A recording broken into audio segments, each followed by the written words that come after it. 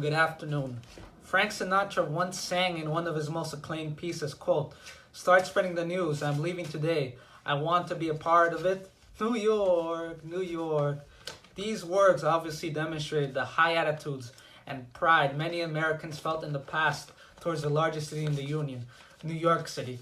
It was a city that spurred the ingenuity, that lifted skyscrapers, that fostered economic development, and became a melting pot of many different ethnic and cultural groups. As a matter of fact, according to a chart from New York City Historical Database Urban Omnibus, 2 million individuals or so flocked to the city during the time period between 1800 and 1910, evidently attracted to the spectacle that once was the prominent borough of Manhattan and the city in general. I am a young man who takes deep pride in my knowledge of the ongoings of American society in the past. And as a former resident of the city for the first 14 years or so of my life, I take deep pride as well in familiarizing myself with how bustling the streets, rivers, and neighborhoods I walked through were in the past. Not many people understand how the city of New York used to be. Evidently a city not held in high regard by many individuals in contemporary times. And so, I decided to investigate and bring forth to you folks a comprehensive overview of the New York City of yesteryear. In the 18th, 19th, and 20th centuries, the city of New York was the place to be for individuals around the world seeking a better life. According to a piece by historian Frederick Wirtz for the website NewYorkFamilyHistory.org, in the post-Revolutionary War period, due to the opportunities presented by the construction of the Erie Canal, quote, immigrants made up a significant portion of the workforce. This should paint a robust picture of the sheer number of opportunities presented by New York City's economy in the past. Furthermore, from 1820 onwards until around 1920, it was a seeping wave of around 20 million or so immigrants who flocked to New York. According to an article by Lisa Rogue for the website Remedy, quote, they came from countries spanning the globe, ranging from Northern to Eastern Europe, and from Scandinavia to Syria. Evidently, many of these ethnic groups had to hop to burning hoops, but gradually assimilated themselves and lifted themselves to economic and social prosperity, and thus contributed to the morphing of New York City to the greatest contemporary metropolis in the world. It was a metropolis defined by many profound accomplishments, especially within the economic and industrial sectors. In 1882, dream-catching trailblazers funded and mastered the construction of the awe-inspiring Brooklyn Bridge, a staple upon commerce and transportation in New York City.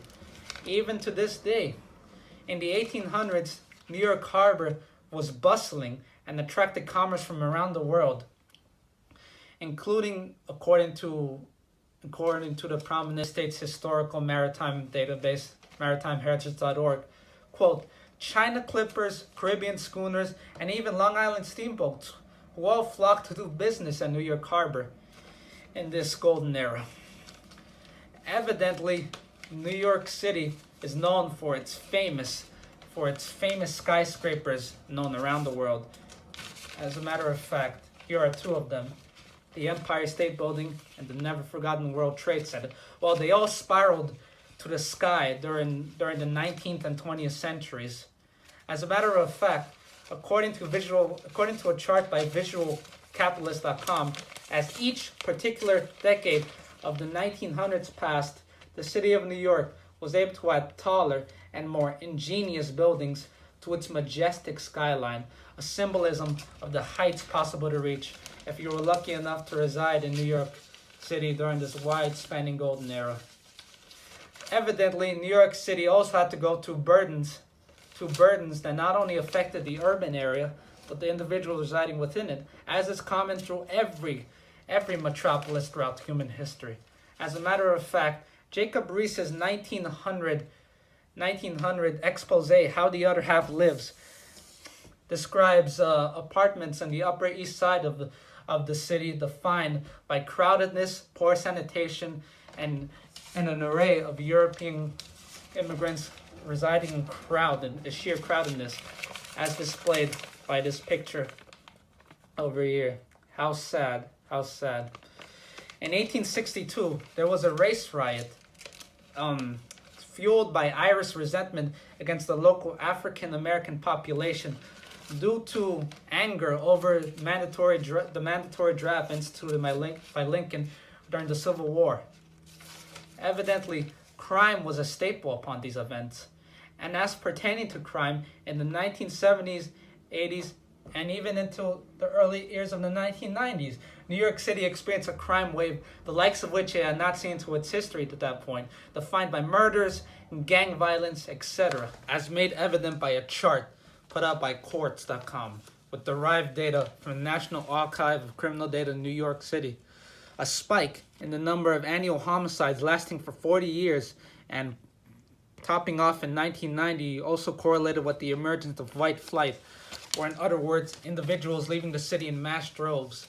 This exodus of sorts is regarded by many as the end of New York's era of ingenuity and deep prosperity.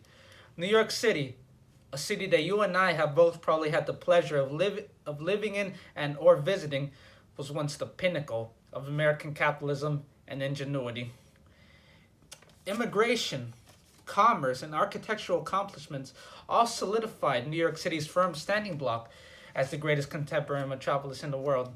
It's riveting to think that the streets that we walk through were once so bustling, were once filled with commerce and ingenious individuals, and were once the peak, symbolized the peak of Western civilization, at least in the past. Thank you very much.